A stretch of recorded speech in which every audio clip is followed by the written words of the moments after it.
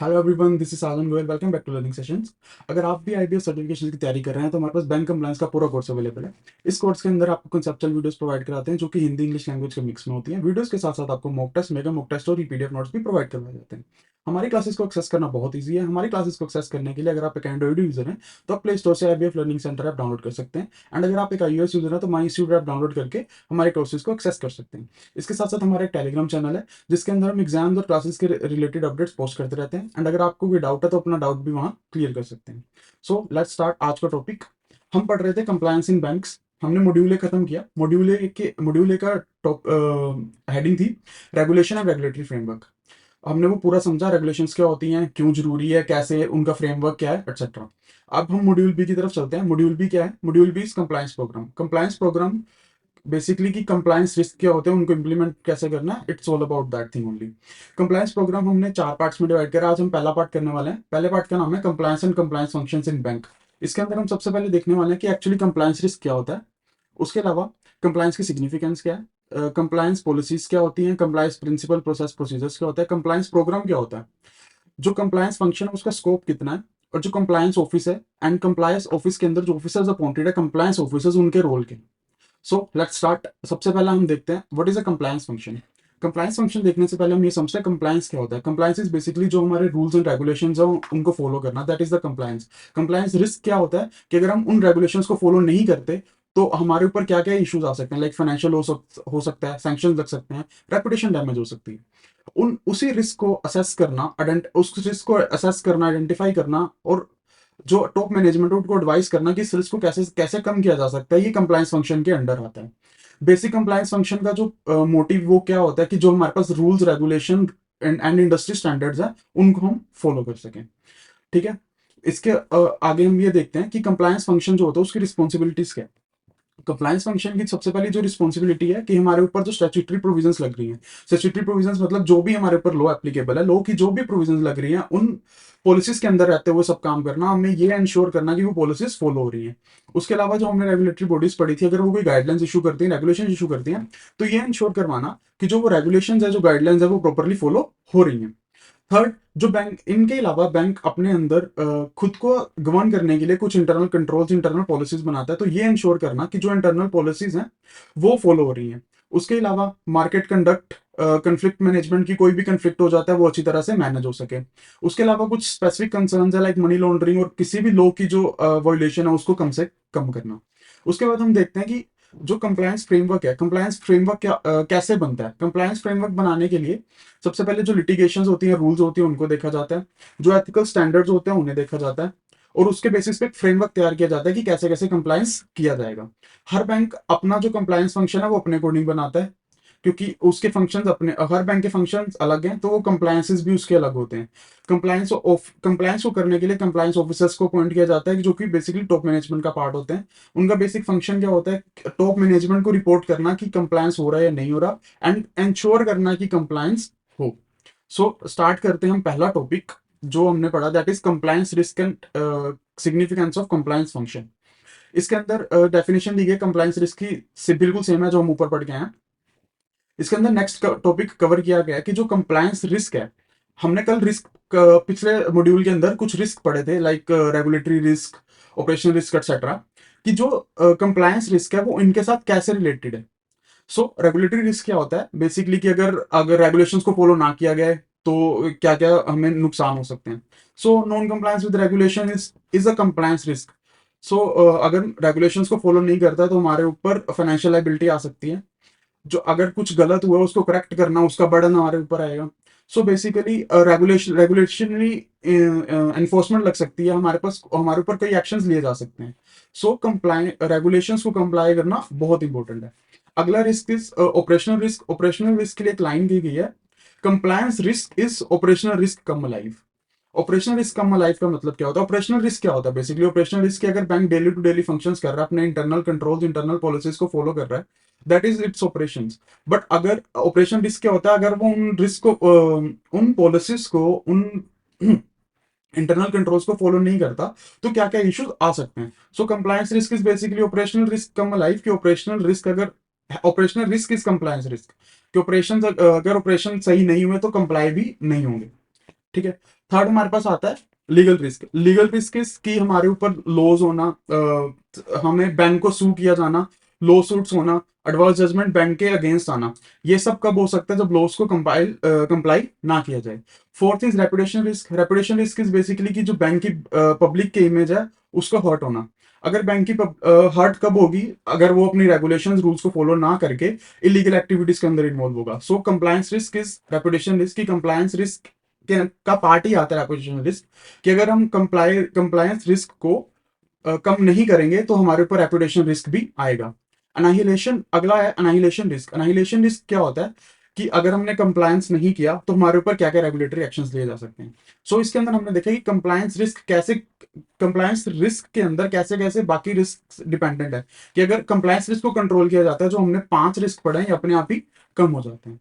उसके बाद हम ये देखते हैं कि कंप्लायंस की इंपॉर्टेंस क्या होती है। कंप्लायंस इज बेसिकली कि रूल्स एंड रेगुलेशंस को फॉलो करना, उनकी इंपॉर्टेंस क्या है हमारे ऊपर। लीगल जो भी हमने रिस्क देखे सबसे पहले तो वो कम हो जाते हैं। उसके अलावा बैंक बहुत बड़ी एंटिटी है, उसको कंट्रोल करने के लिए कंप्लायंस करना बहुत जरूरी है।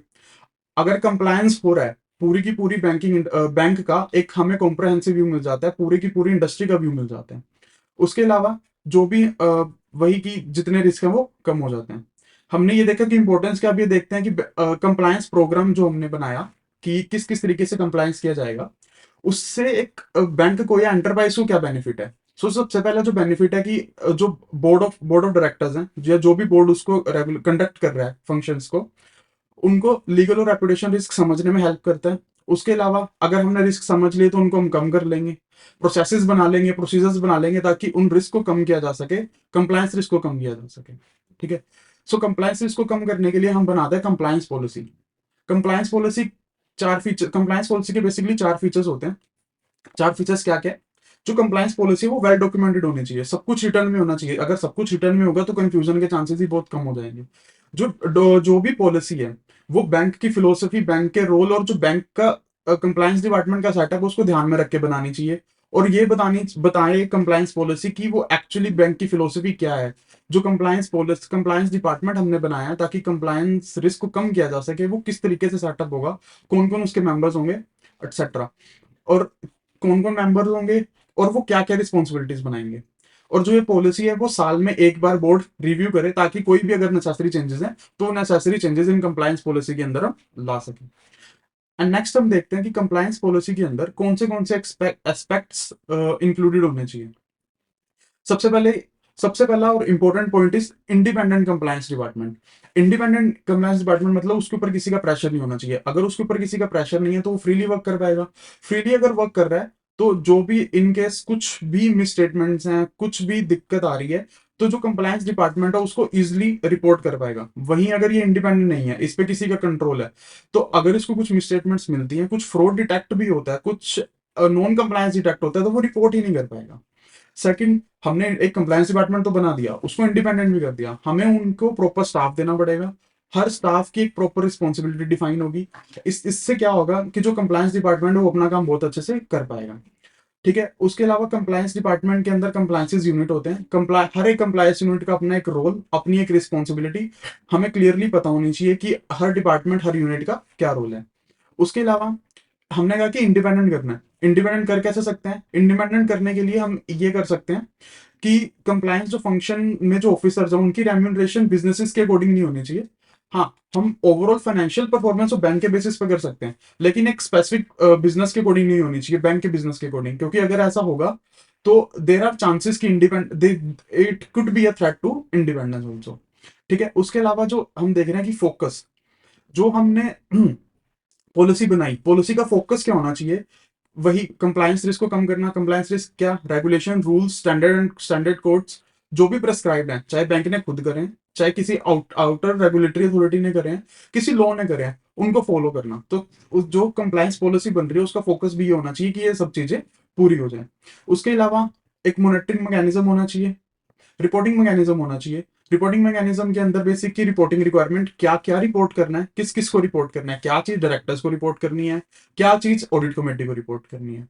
उसके अलावा जो कंप्लायंस पॉलिसी है उसके अंदर ये होना चाहिए, ये डिफाइन होना चाहिए कि जो भी कंप्लायंस डिपार्टमेंट है उसको राइट टू इन्फॉर्मेशन है, असेस टू इन्फॉर्मेशन है, जो भी उसको इन्फॉर्मेशन चाहिए वो इन्फॉर्मेशन ले, क्योंकि अगर उसको इन्फॉर्मेशन ही नहीं मिलेगी वो इन्वेस्टिगेशन नहीं कर पाएगा। सो उसको असेस टू इन्फॉर्मेशन जो भी उसको चाहिए वो होनी चाहिए। उसके अलावा जो अलग अलग डिपार्टमेंट्स हमने देखे कि यूनिट्स होते हैं कंप्लायंस डिपार्टमेंट के अंदर, जो उनके हेड्स हैं उनका जो रिलेशनशिप है वो आपस में डिफाइन होना चाहिए। कंप्लायंस फंक्शन और ऑडिट फंक्शन दो अलग अलग चीजें हैं, दोनों के अंदर क्लैरिटी होनी चाहिए कि कंप्लायंस फंक्शन का क्या रोल है, ऑडिट फंक्शन का क्या रोल है, दोनों क्या क्या फंक्शन परफॉर्म करने वाले हैं। उसके अलावा there should be a function for dissemination of information. Dissemination of information क्या होता है कि कोई भी इन्फॉर्मेशन ऊपर से लेकर नीचे तक पहुंचाना, एक प्रॉपर मैकेनिज्म होना चाहिए जिससे कोई भी गाइडलाइंस, कोई भी रेगुलेशंस, कोई भी प्रिस्क्रिप्शन है, अगर टॉप मैनेजमेंट बनाता है, कंप्लायंस डिपार्टमेंट बनाता है, तो नीचे वाले स्टाफ तक किस तरीके से पहुंचेगी।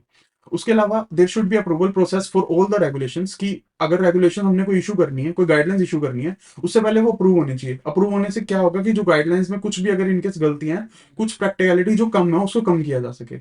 उसके अलावा वही freely disclose finding, that is the independence, की बोर्ड जो भी हमारा कंप्लायंस डिपार्टमेंट है वो इंडिपेंडेंट होना चाहिए, इतना इंडिपेंडेंट होना चाहिए कि जो अपनी फाइंडिंग्स है वो सीनियर मैनेजमेंट बोर्ड या ऑडिट कमेटी को इजिली डिस्क्लोज कर सके, उसके ऊपर कोई थ्रेट ना हो कि अगर मैं डिस्क्लोज कर दूंगा तो मेरे ऊपर कोई रिस्क आ सकता है या मुझे कोई थ्रेट है, मुझे जॉब से निकाल देंगे एक्सेट्रा। क्योंकि अगर ऐसा होगा तो कंप्लायंस डिपार्टमेंट अपना वर्क अच्छे से कर ही नहीं पाएगा।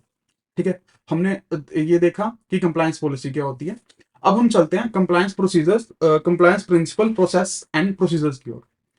सबसे पहले हम देखते हैं कंप्लायंस डिपार्टमेंट हेड ऑफिस। जो हेड ऑफिस के अंदर कंप्लायंस डिपार्टमेंट होता है वो सेंट्रल रोल प्ले करता है, क्योंकि वो सेंटर है, उसने आगे सब कुछ बताना है, सब कुछ इंस्ट्रक्ट करना है, सबको इंस्ट्रक्शन इशू करनी है।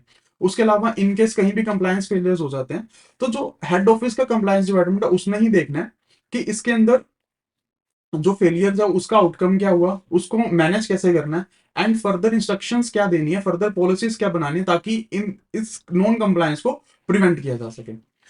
Second, compliance feedback mechanism. Compliance feedback mechanism is basically कि जो कंप्लायंस हो रहे हैं उनके ऊपर फीडबैक देना कि वो अच्छे से वर्क कर पा रहे हैं नहीं कर पा रहे। उसके लिए जो हमारे पास निकल के आता है that is inspection and audit findings. Inspection and audit findings के अंदर हम यही देखते हैं कि जो कंप्लायंसेज है वो हो रहे हैं नहीं हो रहे।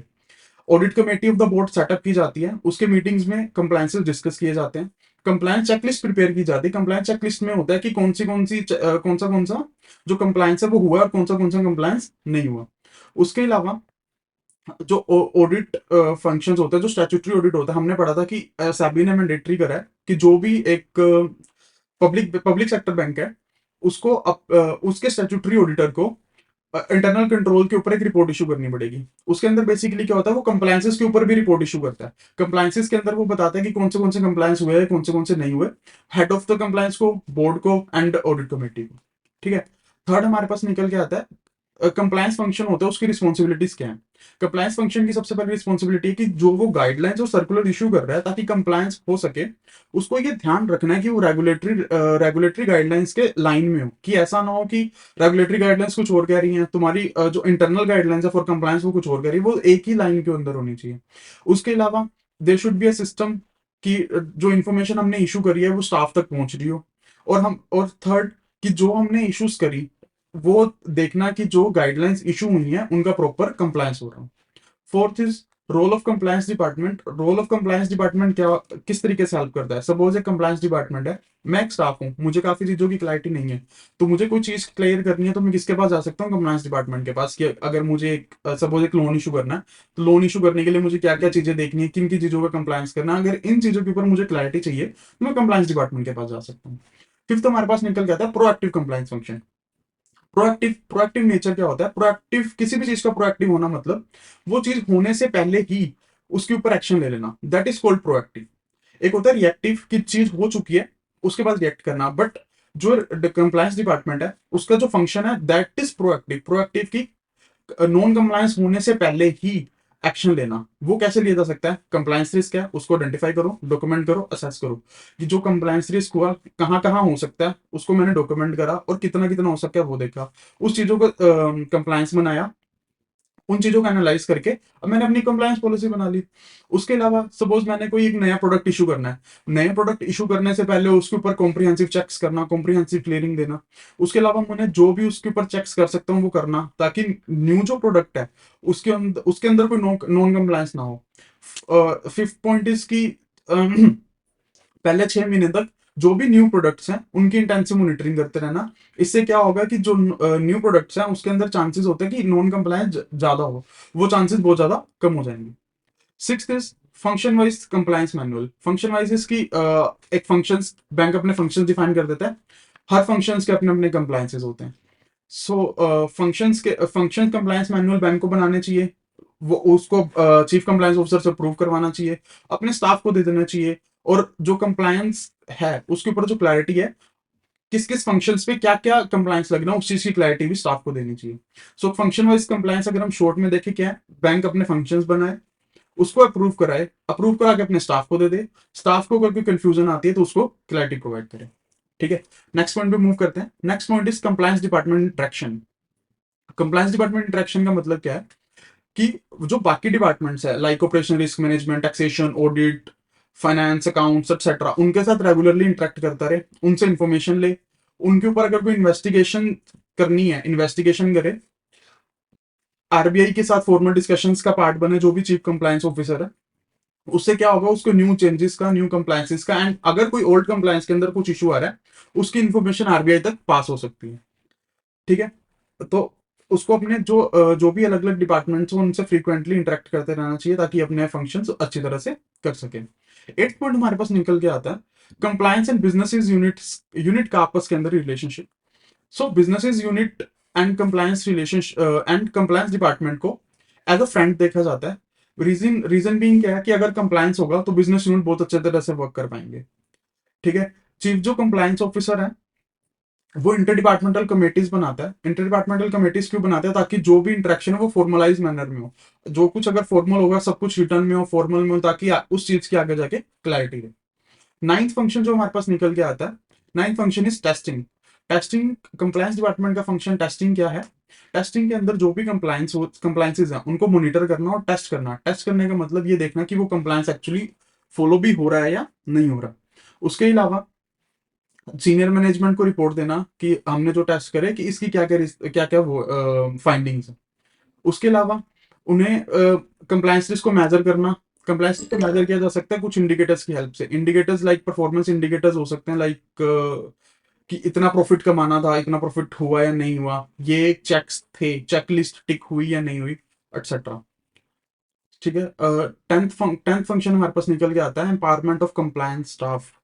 कि जो कंप्लायंस डिपार्टमेंट के अंदर हमने उनको स्टाफ प्रोवाइड करा, उनको एक्चुअल उनको प्रॉपर ट्रेनिंग दो, उनको पावर दो। पावर किस चीज की, कि वो इन्वेस्टिगेशंस कर सकें, रिव्यूज कर सकें। उसके अलावा कुछ अगर ऐसा मैटर है जहां उन्हें किसी एक्सटर्नल एक्सपर्ट की हेल्प चाहिए तो वो एक्सटर्नल एक्सपर्ट की हेल्प भी ले सके, but with approval of bigger authority also. But हाँ, अगर उन्हें हेल्प चाहिए तो वो हेल्प ले सकें। उसके अलावा एक हमारे पास निकल के आता है reporting independence of compliance function. वही की इंडिपेंडेंस चाहिए, इंडिपेंडेंस होगी तो वो अपनी जो इरेगुलरिटीज है उसको फ्रीली रिपोर्ट कर पाएगा। जो मैनेजमेंट के साथ रिपोर्टिंग लाइन है वो नॉर्मल होनी चाहिए, ऐसा नहीं होना चाहिए कि मैनेजमेंट उनकी बात ही ना सुने। उनका उनके पास direct access board of directors और ऑडिट कमेटी का होना चाहिए। रीजन बीइंग क्या है कि अगर बीच में मेंबर्स, अगर सपोज मैं कंप्लायंस ऑफिसर हूँ, मैंने अपने सुपीरियर ऑफिसर को रिपोर्ट करा, सुपीरियर ऑफिसर के पास डायरेक्ट एक्सेस हो कि वो डायरेक्ट बोर्ड को जाके रिपोर्ट कर सके। क्योंकि अगर ऐसा नहीं होता तो अगर बीच में सपोज कुछ मेंबर्स हैं, बीच में लाइंस आ जाती हैं, बीच में कुछ लेवल्स आ जाते हैं, तो उस चीज को डिसमिनेशन करने के अंदर टाइम लगता है, इन्फॉर्मेशन पहुंचाने तक टाइम लगेगा, कुछ एक्शन लेना उसके अंदर टाइम लगेगा। तो डायरेक्ट एक्सेस होना बहुत जरूरी है।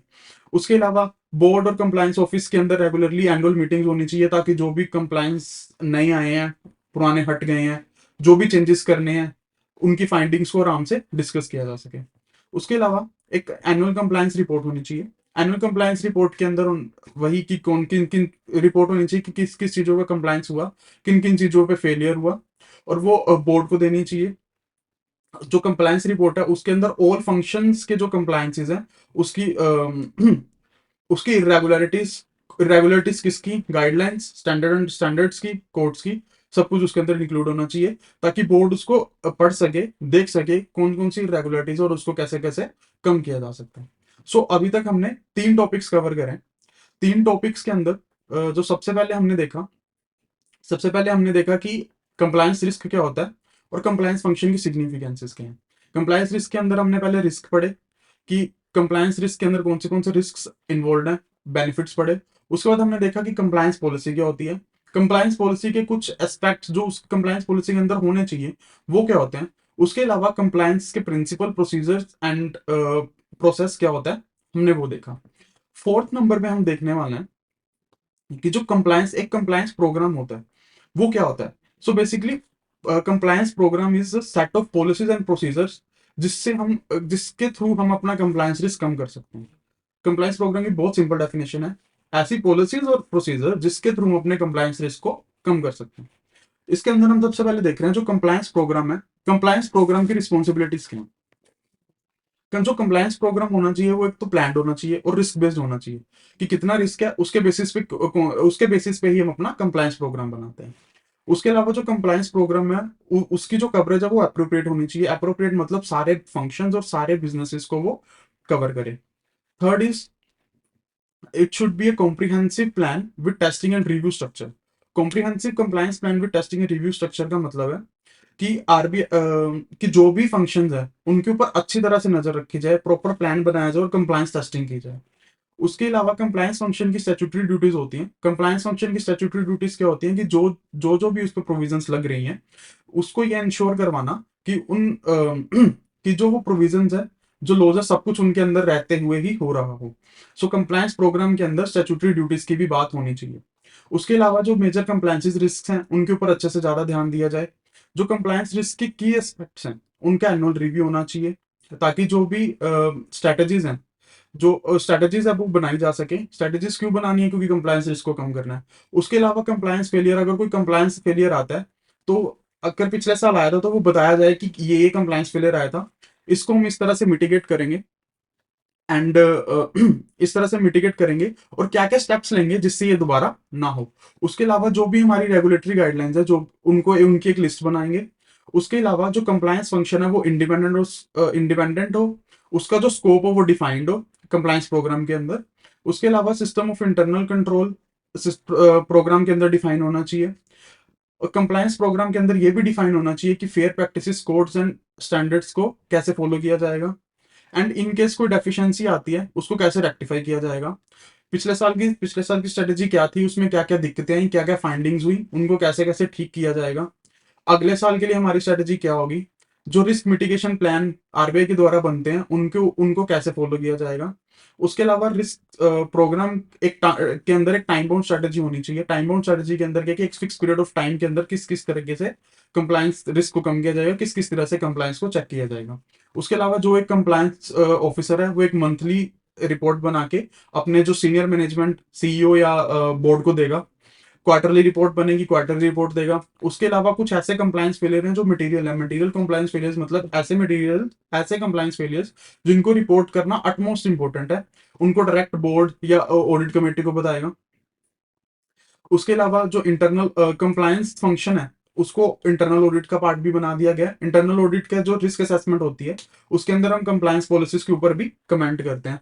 उसके अलावा जो ऑडिट प्रोग्राम बनेगा, ऑडिट प्रोग्राम के अंदर भी कंप्लायंसेस की एडुकेसी और इफेक्टिवनेस को चेक करने के लिए हम उसके ऊपर अंदर एक रिपोर्ट होनी चाहिए कि ऑडिट प्रोग्राम ये भी देखे, इस चीज पे भी रिपोर्ट करे कि जो बैंक के कंप्लायंसेस हैं वो अच्छी तरह से फॉलो हो रहे हैं, नहीं हो रहे। उसके अलावा जो कंप्लायंस प्रोग्राम है उसका काम क्या होता है, गाइडेंस एंड एजुकेशन प्रोवाइड करना। गाइडेंस एंड एजुकेशन किसको, सीनियर मैनेजमेंट को। सीनियर मैनेजमेंट को एक तो बताना कहाँ कहाँ रिस्क है, कितना रिस्क है और उसको कैसे सही करा जा सकता है। उसको एक रिटर्न गाइडेंस प्रोवाइड करना। जब हमने मैनेजमेंट को बताया, मैनेजमेंट को रिटर्न गाइडेंस दी, मैनेजमेंट ने पॉलिसीज बनाई, पॉलिसीज के ऊपर जो उन्होंने गाइडेंस दी उनको उसको कैसे इंप्लीमेंट करना, इंप्लीमेंट किस तरीके से किया जा सकता है, पॉलिसीज के थ्रू, प्रोसीजर के थ्रू, मैनुअल्स के through, internal code of conduct के थ्रू, इंटरनल गाइडलाइंस के थ्रू। ये सब किसका पार्ट होता है, कंप्लायंस प्रोग्राम का। उसके अलावा क्रॉस बॉर्डर इश्यूज को भी डील करना, this should also be a part of compliance programme. Cross border issues क्या होता है, जैसे कि बैंक है, बैंक एक ही कंट्री में तो काम नहीं कर रहा। लाइक एसबीआई है, एसबीआई की एक ब्रांच ऑस्ट्रेलिया में भी है, एसबीआई की ब्रांच एक इंडिया में भी है। Let's take an example. So जो रूल्स इंडिया में लग रहे हैं वो रूल्स ऑस्ट्रेलिया में नहीं लग रहे, जो ऑस्ट्रेलिया में लग रहे हैं वो इंडिया के अंदर नहीं लग रहे। सो हमें ये कंप्लाई करना कि जो लोकल लॉज हैं, जिस जिस कंट्री में जो जो लॉज लग रहे हैं वो लॉज फॉलो हों। लाइक ऑस्ट्रेलिया के अंदर ऑस्ट्रेलियन लॉज फॉलो होने चाहिए। लोकल, उसके अलावा लोकल लॉज, लोकल रेगुलेशंस जो भी उस कंट्री में लग रही है वो फॉलो होनी चाहिए। उसके लिए हम क्या कर सकते हैं, कि ऐसा इंडिविजुअल लें जिसको लोकल लॉज की नॉलेज है और वो इस चीज को इंप्लीमेंट कराए और इस चीज को कंप्लाई कराए। So this is cross border issue. जो हमारा कंप्लायंस प्रोग्राम है वो इस प्रॉब्लम से भी डील करता है। सो कंप्लायंस प्रोग्राम के तीन पार्ट थे। तीन पार्ट्स कौन कौन से? एक तो हमने देखा कि कंप्लायंस प्रोग्राम की रिस्पॉन्सिबिलिटीज क्या है। उसके अलावा वो एजुकेशन प्रोवाइड करता है, गाइडेंस प्रोवाइड करता है। थर्ड, उसके अंदर क्रॉस बॉर्डर इश्यूज को भी डील किया जाता है।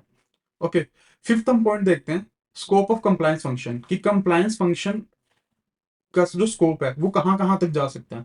सबसे पहले जो कंप्लायंस फंक्शन का स्कोप है that is the statutory compliance. Statutory compliance की वही जो भी इस पर स्टैट्यूटरी प्रोविजंस लग रही हैं, जो भी लॉस लॉस कौन कौन से लग सकते हैं, बैंक ऑफ इंडिया एक्ट लग सकता है, फैमा ले सकता है, पीएमएलए लग सकता है। जो भी लॉस लग रहे हैं उनकी जो भी प्रोविजंस है उनको कंप्लाई करना।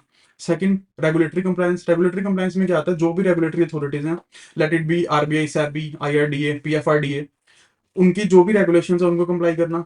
उसके अलावा कोड ऑफ कंडक्ट, जो भी एसोसिएशन है like IBA, Indian banking association, अगर वो कोई बैंकिंग इंडस्ट्री के लिए कोड ऑफ कंडक्ट इशू करती हैं तो वो code of conduct properly follow. उसके अलावा अकाउंटिंग स्टैंडर्ड्स कौन इशू करता है? ICI, institute of chartered accountant of India.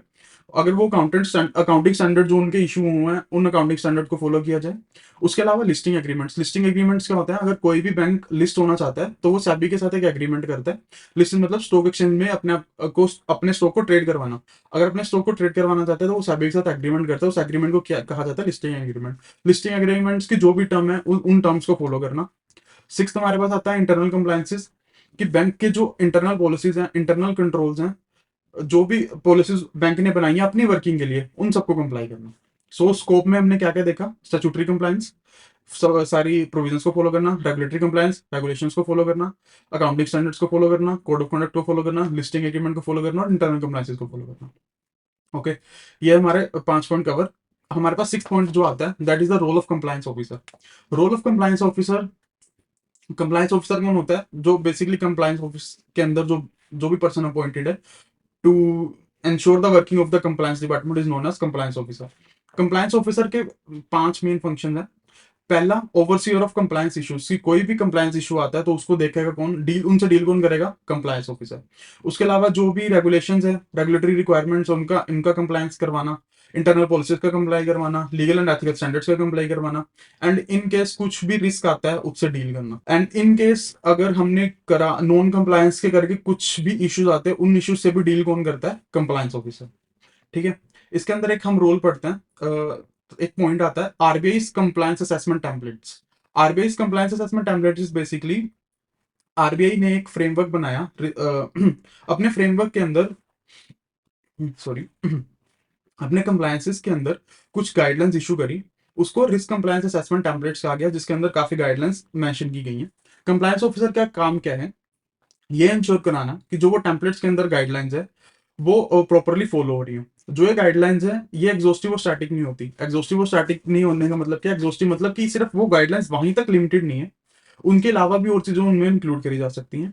Static क्या होता है? स्टैटिक मतलब कि जो एक बार बना दिया उसको दोबारा चेंज नहीं कर सकते, ऐसा नहीं होता। कि वो जो रेगुलेशन है वो रेगुलरली अपडेट होती रहती है। अगर रेगुलेशन अपडेट हो रही है तो जो कंप्लायंस ऑफिसर है उसको खुद को अपडेट करना पड़ेगा। एंड एंड ये भी चेक करना पड़ेगा कि जो कंप्लायंसेस अपडेट हुई हैं उनके अकॉर्डिंग ही सब कुछ कंप्लाई हो, सब कुछ वर्किंग उनके अकॉर्डिंग ही हो। ठीक है, बैंक्स इस टेम्पलेट के बेसिस पे अपना एक कंप्लायंस फ्रेमवर्क बनाते हैं। कंप्लायंस फ्रेमवर्क क्यों बनाते हैं? ताकि जो भी पोटेंशियल ब्रीचेज हैं या रेमेडी पोटेंशियल ब्रीचेज हैं उनको आइडेंटिफाई करा जा सके और उनके अगेंस्ट रेमेडी होने से पहले ही की जा सके। ठीक है, अब हम मेन रोल्स पढ़ते हैं जो कंप्लायंस ऑफिसर करते हैं। जो हमने बेसिकली ऊपर 5 रोल्स पढ़े, these were the roles of a compliance officer in any company. जो हम पढ़ने जा रहे हैं these are compliance roles basically जो वो बैंक के अंदर करता है कंप्लायंस ऑफिसर। उसके अंदर इस first one is management of compliance programme. Compliance program ऊपर पढ़ गए हैं कि कंप्लायंस प्रोग्राम में स्ट्रक्चर, रूल्स, पॉलिसीज की किस तरह से कंप्लायंस होगा, ये इंश्योर करवाना। पहले सबसे पहले तो उनको डेवलप करवाना, इनिशिएट कराना, मेंटेन कराना, रिवाइज करवाना, पॉलिसीज बनाने में, प्लान बनाने में हेल्प करना, उनके अंदर कुछ चेंजेस कर रहे हैं, उन चेंजेस को उन चेंजेस से डील करना। ये सब करना है क्यों है? ताकि इलीगल, एथिकल और इम्प्रॉपर कंडक्ट या इम्प्रॉपर एक्टिविटीज हैं उनको कम से कम किया जा सके।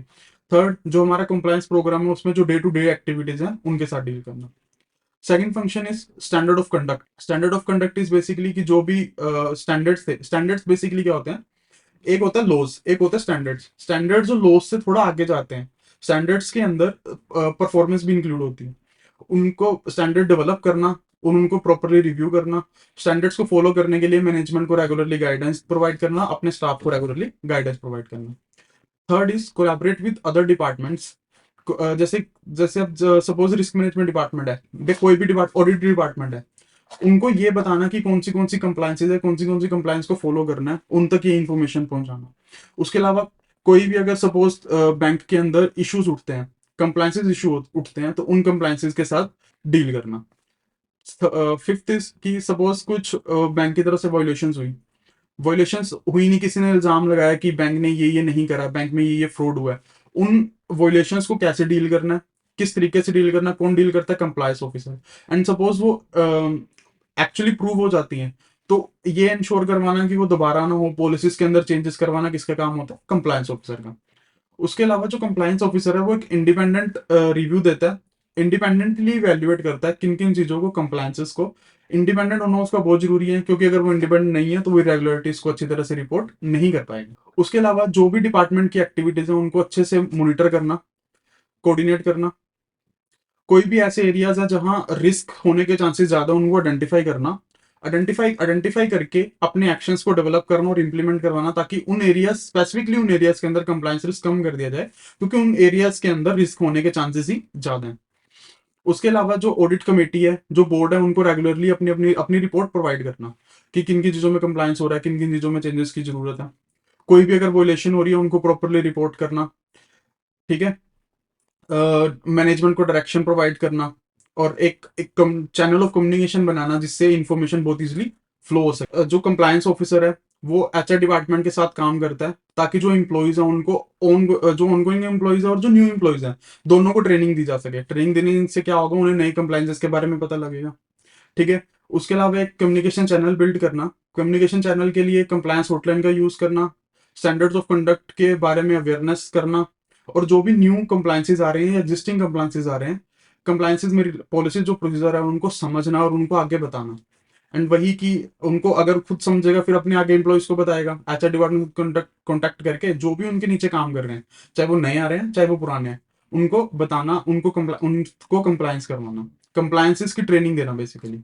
उसके अलावा जो कंप्लायंस प्रोग्राम है उनको मॉनिटर करना, मॉनिटर रेगुलरली बेसिस पे मॉनिटर करना, और रेगुलरली बेसिस पे मॉनिटर करना। एंड इन केस कुछ चेंजेस आते हैं तो उसको उन चेंजेस को इनकॉर्पोरेट करना, एंड ये देखना कि जो हमारा प्रोग्राम है वो इफेक्टिवली मैनेज होता रहे।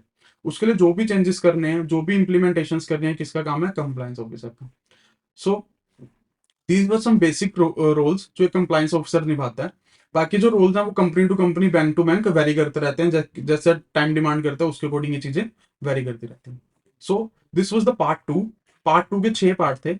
6 पार्ट कौन से एक बार फिर से देख लेते हैं, then we will move to part 2। So 6 part, 6 part हमने कौन से देखे? सबसे पहले देखा कंप्लायंस रिस्क क्या होता है, उनकी सिग्निफिकेंस क्या है। कंप्लायंस पॉलिसी, कंप्लायंस पॉलिसी के अंदर हमने देखा था कि कंप्लायंस पॉलिसी के एस्पेक्ट्स क्या होते हैं, कंप्लायंस पॉलिसी क्या होती है, उसके एस्पेक्ट्स क्या होते हैं, बेसिकली फीचर्स देखे थे और एस्पेक्ट्स देखे थे। उसके बाद हमने देखा compliance procedure, process and procedure क्या होता है।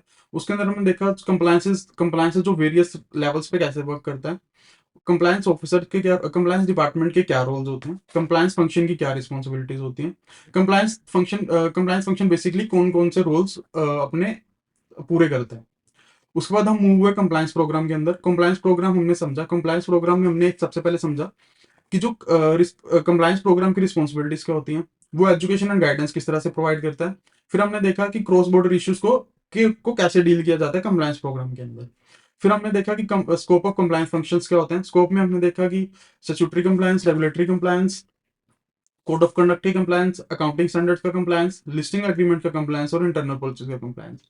सिक्स्थ पे हम आए role of compliance officer. Role of compliance officers में हमने कुछ पॉइंट देखे कि कंप्लायंस ऑफिसर कौन कौन से रोल अपने परफॉर्म करते हैं। So this was the part A. अब हम मूव करते हैं पार्ट बी की ओर। Part B is compliance governance structure. Compliance governance structure is basically, हमने देखा कंप्लायंस डिपार्टमेंट है, कंप्लायंस होना बहुत जरूरी है। कंप्लायंस की इंपोर्टेंस देख लिए, कंप्लायंस देखता क्या होता है। कंप्लायंस प्रोग्राम बनाना है, वो भी बना लिया। कंप्लायंस पॉलिसी बनेगी, प्रोग्राम बनेगा, वो भी बना लिया। कंप्लायंस डिपार्टमेंट होगा। कंप्लायंस डिपार्टमेंट का स्ट्रक्चर क्या होना चाहिए? अगर कंप्लायंस डिपार्टमेंट का एक स्ट्रक्चर ही इम्प्रॉपर है तो जो कंप्लायंस पॉलिसी है उसको इजिली इजिली या इफेक्टिवली हम इंप्लीमेंट ही नहीं कर सकते। सो हम पढ़ने जा रहे हैं कंप्लायंस गवर्नेंस स्ट्रक्चर क्या होता है। सो जो कंप्लायंस फंक्शन है वो एक स्पेशलाइज स्ट्रक्चर के अंदर वर्क करता है। स्ट्रक्चर का बेसिकली रीजन क्या हुआ कि स्ट्रक्चर हमें चाहिए क्यों? सपोज एक स्ट्रक्चर फिक्स्ड है, जैसे कि हेड कौन है, उसके नीचे कौन कौन वर्क कर रहा है। अगर ये वर्क है तो हम हर बंदे की रिस्पॉन्सिबिलिटी फिक्स कर सकते हैं, अकाउंटेबिलिटी फिक्स कर सकते हैं।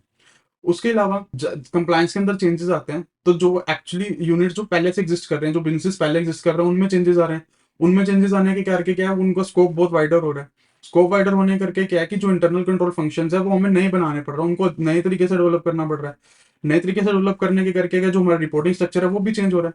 सो इन सब चीजों को अलाइन करने के लिए, रेगुलेशंस को अलाइन करने के लिए जो कंप्लायंस स्ट्रक्चर है वो होना बहुत जरूरी है।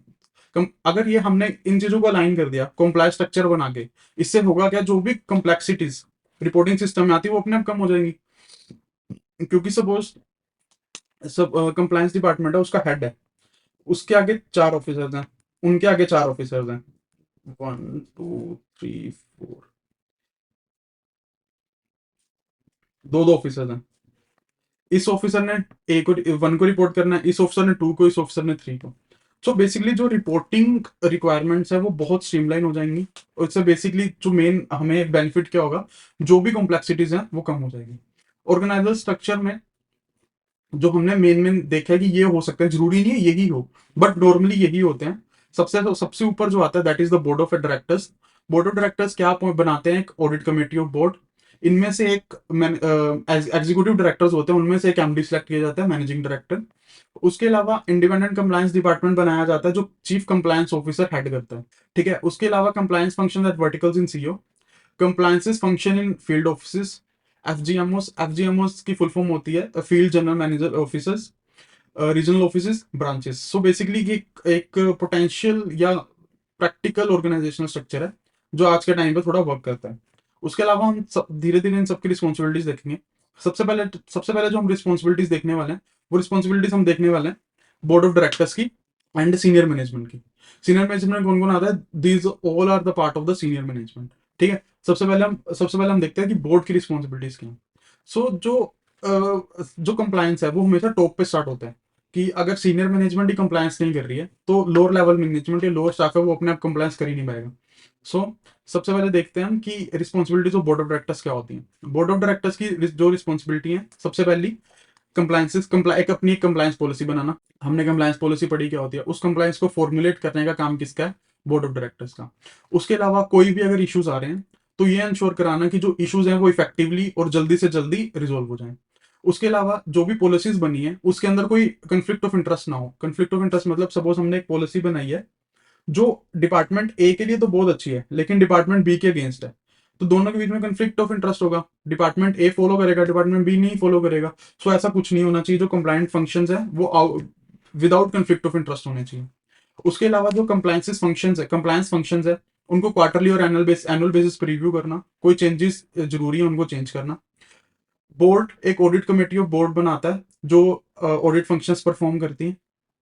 एंड सपोज अगर कुछ ऐसे टास्क है वो खुद नहीं कर पा रहा तो वो अपने task audit committee of board को भी डेलीगेट कर सकता है। एंड कंपनीज एक्ट 2013 भी जो रिस्पॉन्सिबिलिटीज है कंप्लायंसेस की वो डायरेक्टर्स के ऊपर ही डालता है। डायरेक्टर्स जब बोर्ड मीटिंग होती है तो एक directors report to share holder जाती है।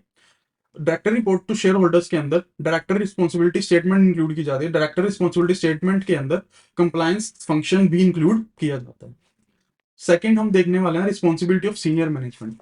सीनियर मैनेजमेंट की क्या रिस्पॉन्सिबिलिटी होती है? सीनियर मैनेजमेंट की एक ही रिस्पॉन्सिबिलिटी है कि वो कंप्लायंस डिपार्टमेंट की हेल्प ले। कंप्लायंस डिपार्टमेंट की हेल्प किस किस किस चीज के लिए? एक तो सबसे पहली हेल्प वो ले कंप्लायंस पॉलिसी बनाने के लिए। जो कंप्लायंस पॉलिसी है वो कॉम्प्रिहेंसिव होनी चाहिए, मतलब छोटी छोटी चीजें की भी उसके अंदर कवर होनी चाहिए, और किसी भी चीज को आइडेंटिफाई करने और मैनेज करने के लिए उसके अंदर प्रोसेस है जो वो डिफाइन होना चाहिए। सेकंड इज, इन केस कोई कोई ब्रीच होती है, कोई नॉन कंप्लायंस होता है, उस चीज से कैसे डील किया जाएगा, उसके लिए रेमेडीज क्या हैं, उसके लिए डिसिप्लिनरी एक्शंस क्या लिए जाएंगे, वो भी उसके अंदर वेल डिफाइंड हो। थर्ड, जो जो सीनियर मैनेजमेंट है with the help of compliance department annually and quarterly जो भी रिस्क असेसमेंट है उसको आइडेंटिफाई करे एंड एक्सेस करे। आइडेंटिफाई एक्सेस करने से क्या होगा, जो अपने वो कंप्लायंस प्लान है वो इजिली बना पाएंगे। थर्ड, बोर्ड और ACB meeting, ACB is audit committee of board meeting, उनकी जो मीटिंग है वो एनुअली और क्वार्टरली हो। एनुअली और क्वार्टरली क्यों चाहिए, ताकि एनुअली क्वार्टरली रिपोर्टिंग हो, मीटिंग हो, उसके अंदर जो कंप्लायंसेस फेलियर्स हैं उसके उसको डिस्कस किया जाए। कुछ अगर सैंक्शन लगाने हैं, कोई भी रिस्क हैं, कुछ भी है, उनको किस तरीके से मैनेज करना है, वो इस मीटिंग के अंदर डिसाइड किया जाए। तो ये जो चार फंक्शंस तुमने देखे, these functions are basically supervision और मॉनिटरी फंक्शंस, कि पॉलिसी बनाना, उनके ऊपर रेमेडी देना, उन एनुअल मीटिंग्स करना, एनुअल रिपोर्टिंग करना, these are the supervisory function. उसके अलावा कंप्लायंस ऑफिसर जो है वो तीन फंक्शंस और परफॉर्म करता है। तीन फंक्शंस कौन से? पहला इसकी जो तीन फंक्शंस नहीं, बेसिकली ये करने के बाद कंप्लायंस ऑफिसर को ये भी इंश्योर करना चाहिए कि जो भी कंप्लायंस पॉलिसी बनी है वो बोर्ड ऑफ डायरेक्टर्स पहले उसको अप्रूव करें। जो एसीबी है वो उसको फ्रेम करे, बनाए, रिव्यू करे, एंड बाद में वो बोर्ड से अप्रूव हो। जब वो बोर्ड से अप्रूव हो जाए तभी वो आगे इशू हो। थर्ड, जो कंप्लायंस ऑफिसर है, वैसे तो उसको बोर्ड ऑफ डायरेक्टर्स को रिपोर्ट करना होता है, बट सपोज अगर एक board of director he non compliance के अंदर इन्वॉल्व हो तो किसको रिपोर्ट करे? तो वो जाके डायरेक्ट ऑडिट कमेटी को रिपोर्ट कर सके, उसका उसके पास एक राइट होना चाहिए। उसके अलावा जो कंप्लायंस ऑफिसर है उसको time to time legal department, finance department, taxation department, accounting etcetera सबके साथ मीटिंग्स करनी चाहिए, ताकि उनको वो नई कंप्लायंसेस के बारे में कुछ चेंज हुआ है, अगर या तो कंप्लायंस कुछ चेंज हुई है उनके बारे में बता सके, या कुछ कंप्लायंसेस नहीं आई हैं तो उनको उनके बारे में इन्फॉर्म कर सके, ताकि जो कंप्लायंस फंक्शंस है वो अच्छी तरह से वर्क कर सके एंड कंप्लायंस रिस्क कम से कम हो। सो दो हमने अभी तक दो सीनियर मैनेजमेंट और डायरेक्टर्स के फंक्शंस देखे हैं। सो आज के लिए इतना ही। नेक्स्ट हम कवर करेंगे अगले लेक्चर्स में। Okay, bye bye.